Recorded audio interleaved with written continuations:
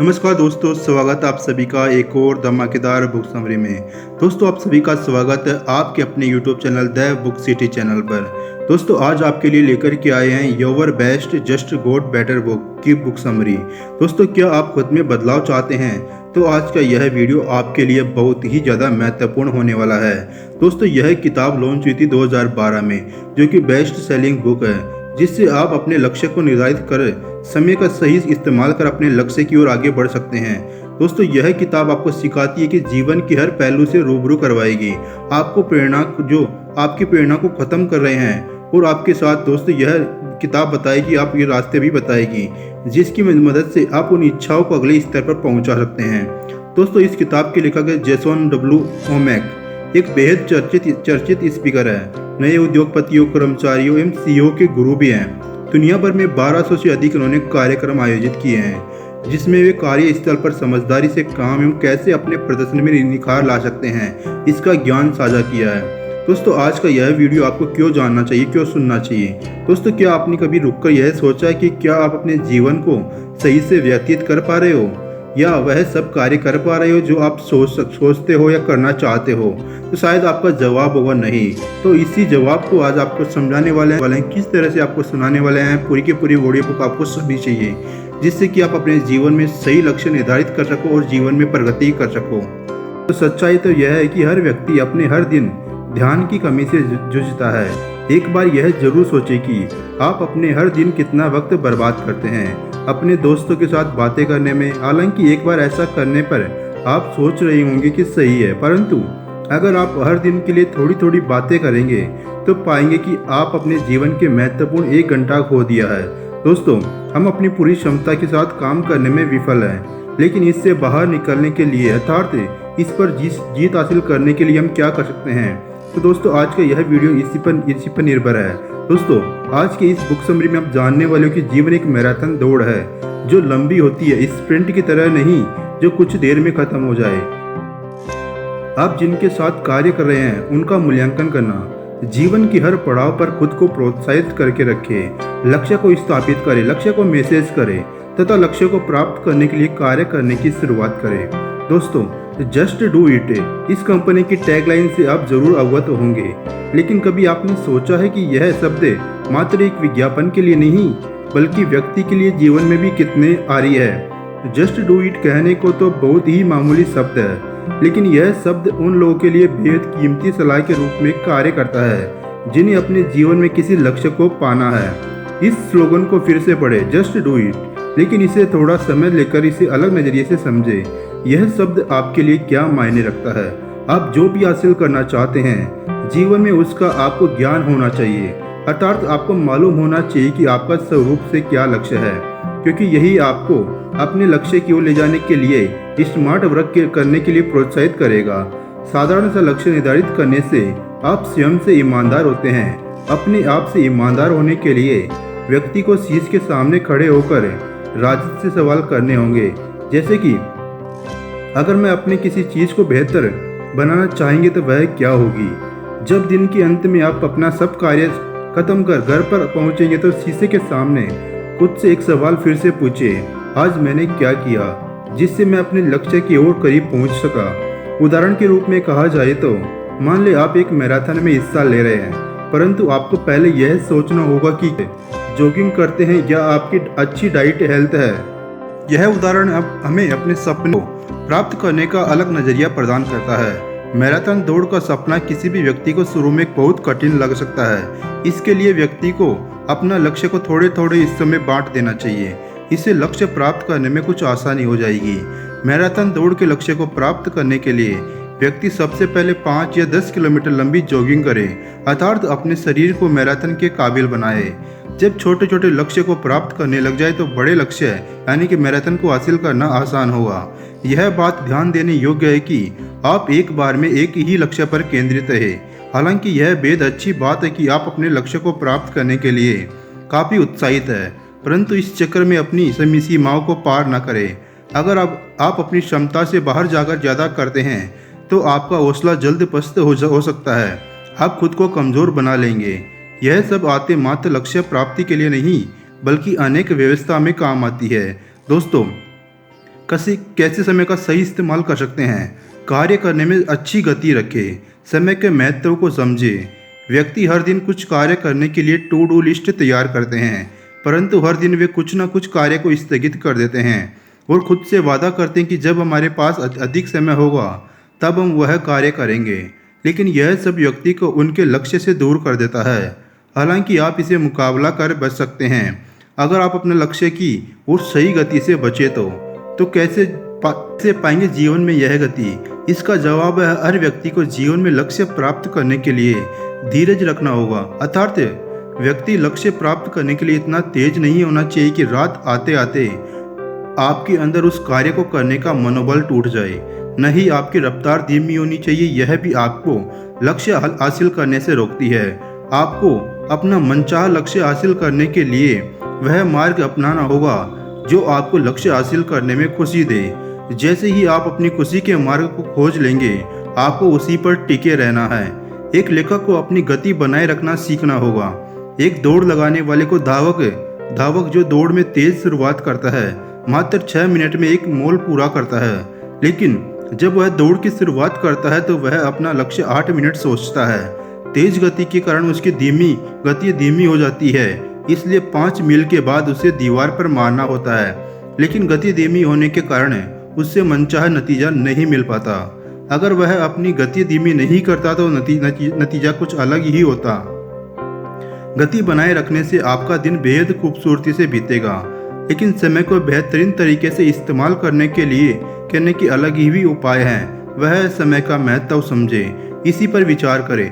15 minute एक दिन का तकरीबन मात्र 1% ही होता है, परंतु जो व्यक्ति अपने लक्ष्य और वक्त को महत्व को समझता है, उसके लिए यह 15 मिनट बहुत कुछ कार्य करने का अवसर लाते हैं। एक लेखक को अगर 15 मिनट किसी मीटिंग से पहले मिलते हैं तो वह 15 मिनट में थैंक यू का कोड लिख सकता है, अपने आने वाले इवेंट्स की कैलेंडर की समीक्षा कर सकता है, होटल में कमरा या एक रेंट पर कार बुक कर सकता है, वॉइस मेल को चेक कर सकता है। भविष्य में जब भी आप किसी भी वक्त 15 मिनट का फ्री टाइम मिलता है, उसका पूर्ण रूप से इस्तेमाल करें। उस वक्त वह छोटे कार्य को पूरा कर ले जो आपको अपने लक्ष्य के करीब लेकर के जाएगा। इससे यह होगा कि आप अपने बेहद जरूरी काम को ज़्यादा समय दे पाएंगे। इसके बारे में हम जानने वाले हैं। दोस्तों, ध्यान भंग करने वाले लोगों एवं कार्यों से बचें, अपने लक्ष्य के करीब पहुँचें। मान लो कि आप अपनी पसंदीदा किताब को पढ़ रहे हो, अचानक से आपका ध्यान कहीं भटक गया और आप किताब का आखिरी पन्ना पढ़ रहे हो, लेकिन आपको कहानी का मतलब न पता चले तो कैसा लगेगा? काम से ध्यान हटाने वाले जीवन में हर जगह उपलब्ध है। उनसे पार पाने के लिए उनसे लड़ना ही होगा ताकि को हासिल कर सके।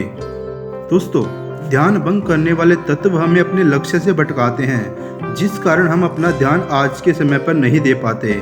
ध्यान भटकाने वाले तत्व की क्षमता इतनी ज़्यादा होती है कि हम सोच भी नहीं सकते। एक बार एक कर्मचारी ने लेखक से कहा, हम कहाँ से शुरुआत करें? तो लेखक ने उस कर्मचारी के आगे कागज़ का एक पैकेट रखा।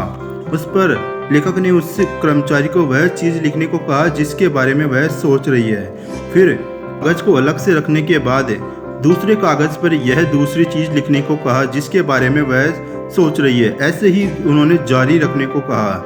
जो भी चीज़ उस कर्मचारी ने उस कागज़ पर लिखे थे वह और कुछ नहीं बल्कि कार्य थे जो उसे करने थे। नए कर्मचारी को काम पर लगाने से अपनी बेटी के लिए समर कैंप का आयोजन करना, तकरीबन 4 घंटे के बाद ऐसी 500 चीज़ें सामने आई जिस पर उसका ध्यान जाना आवश्यक था। यह देखना बेहद आसान है कि कई दरकिनार किए गए कार्य बाद में आपकी ताकत और लक्ष्य पाने की क्षमता से आपको दूर कर देते हैं। ध्यान भंग करने वाली वस्तु से सामना करना ही आपको स्मार्ट तरीके से लक्ष्य को हासिल करने में मदद करेगा। लेकिन यह जरूरी नहीं कि आपका ध्यान भंग कोई वस्तु ही करे, बल्कि कई बार ध्यान भंग करने वाले और कोई नहीं बल्कि इंसान ही होते हैं। आप अपने पूरे दिन में उन लोगों को कितना समय देते हैं जो आपकी सोच को काबू कर ले। कोशिश करें कि हर दिन आप उन लोगों का नाम लें जिनके साथ आपने उस दिन सबसे अधिक समय बिताया है। वह आपसे कैसे मिलते हैं, क्या बात करते हैं इत्यादि लिखें। कुछ ही दिनों में आप पहचान पाएंगे कौन सा व्यक्ति आपको जीवन में आगे बढ़ने के लिए प्रेरित करता है। वह वही व्यक्ति है जिनके साथ आपको सबसे अधिक समय बिताना चाहिए। इससे आप जीवन को प्रोत्साहित रहेंगे, साथ ही आपके खुले विचार भी बनने लगेंगे। अपने कार्य क्षमता को ट्रैक करें। और याद रखें कि आप जो करते हैं वह क्यों करते हैं। हम अपने जीवन में बेहद कोशिश करते हैं कि हम अपनी टू डू लिस्ट में लिखे गए हर कार्य को पूर्ण करें, लेकिन फिर भी कई तरीके इंसान खोज ही लेता है जिससे उसका अधिकतर समय खराब हो जाता है। इंसान इसे महसूस भी नहीं कर पाता। उदाहरण में कहा जाए तो हम दिन में अपने सहकर्मियों से बातचीत करने में कितना समय खराब करते हैं, जिसके कारण हमें अपने कार्य को करने में बाधित करना पड़ता है। जैसे जैसे यह समय आगे बढ़ता है समस्याओं में भी इजाफा होता रहता है। तो हम कैसे इस स्थिति से निपट सकते हैं? जवाब है उन्हें ट्रैक करके, माप कर एवं खुद में बदलाव करके। लेखक के एक ग्राहक ने अपने जीवन में 2 दिन के उन सहकर्मियों को मापा कितनी बार उन्होंने उस ग्राहक के कार्य में अड़चन पैदा की। उसने पाया कि उनका 2 दिनों में 27 बार ध्यान भटका। आप इससे यह सोच सकते हैं कि उस ग्राहक की गुणवत्ता को कितनी हानि पहुंची होगी। ग्राहक ने सभी को मापा और पहचाना कि उसका कितना अधिक समय बर्बाद हो गया। वह ग्राहक जानता था कि इससे निपटने के लिए उसे कुछ करना ही होगा। आप खुद से अपने खराब हुए समय को मापें। अंत में इसका जवाब पाएंगे कि आप खुद चकित रह जाओगे। अपने कार्य को हर दिन ट्रैक करना आपके लिए बेहद फायदेमंद हो सकता है, लेकिन यह अकेला नहीं काम आएगा। इसके साथ आपको यह भी पता होना चाहिए कि आप जो कार्य करते हैं वह क्यों करते हैं। आपको लगातार खुद से यह प्रश्न करना होगा कि आप असल में जीवन में क्या हासिल करना चाहते हैं। यही आपको अपने जीवन में सही मार्ग पर रखेगा। अपने उद्देश्य को पहचानने के लिए आप यह कर सकते हैं। कुछ वाक्य तैयार कर ले, जैसे कि मैं जीवन में एक एक्टर बनना चाहता हूँ ताकि मेरे भी लोग फैन हो। आप ऐसे ही कथनों को लिखकर अपने उन जगहों पर रखें जहाँ पर आपकी नज़र हर वक्त पड़ती रहे, ताकि यह कथन आपको प्रेरित करते रहे। खुद के लिए प्रतिक्रिया मांगे, सबकी सुने और खुद में सुधार करना ना छोड़ें। हम सब यह सोचते हैं कि हम अकेले पूरी दुनिया को नहीं बदल सकते।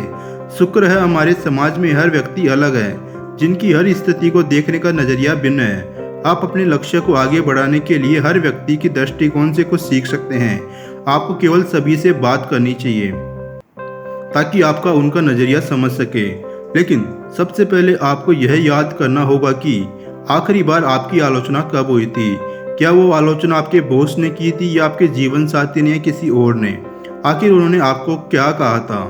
अगर आपको याद नहीं कि आपकी आलोचना क्यों हुई थी, तो यह एक संकेत है कि आपको दूसरे शख्स की बात ध्यानपूर्वक सुननी चाहिए। इसमें सुधार लाने के लिए आप दूसरे शख्स से लगातार प्रतिक्रिया प्राप्त करें, इसका इंतजार न करें। अधिक प्रतिक्रिया प्राप्त करने के लिए आप मेंटर प्रोग्राम का आयोजन कर सकते हैं। इसमें आपको ऐसे व्यक्ति की तलाश करनी होगी जो छोटे छोटे सत्र में आपसे तकरीबन कुछ महीने मिल सके। इन बैठकों में आप उनसे अपने वर्तमान प्रोग्राम की जानकारी साझा करें, जिस पर वह आपको खुद की प्रतिक्रिया देगा। बदले में आप भी उनके प्रोग्राम पर अपनी प्रतिक्रिया देना। प्रतिक्रिया मिलने से यह फायदा होगा कि आप लगातार खुद में सुधार कर सकते हैं। लेकिन अगर आप अपने भीतर सुधार लाने में वाकई गंभीर है तो आपको यह सुनिश्चित करना होगा कि खुद की प्रतिक्रिया के रूप में मिली तारीफ से आराम नहीं करेंगे, चाहे वह तारीफ कितनी भी आकर्षित क्यों न हो।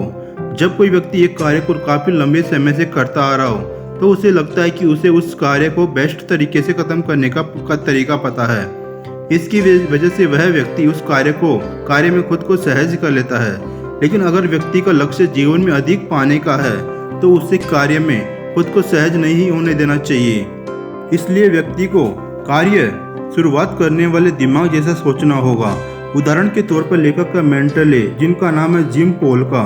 जिम यूँ तो काफ़ी अनुभवी पायलट है, लेकिन आज भी वे अपनी बुनियादी पाठों का अभ्यास करते हैं। दोस्तों, इस स्पष्ट लक्ष्य को निर्धारित करना, उन वस्तु एवं लोगों से दूर रहना जो लक्ष्य से दूर करे।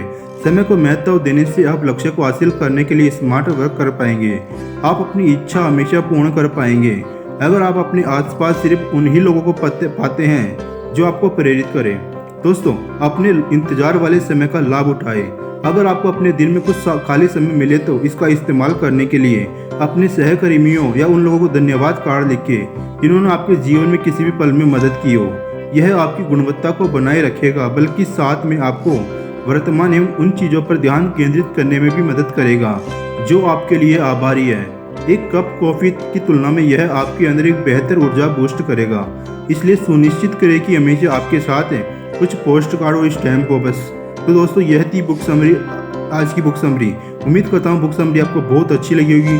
अगर ऐसी ही शानदार बुक समरी जानना चाहते हो, सुनना चाहते हो, तो हमारे चैनल को सब्सक्राइब करना मत भूलिएगा। मिलते हैं बुक समरी के साथ, तब तक के लिए बाय, टेक केयर।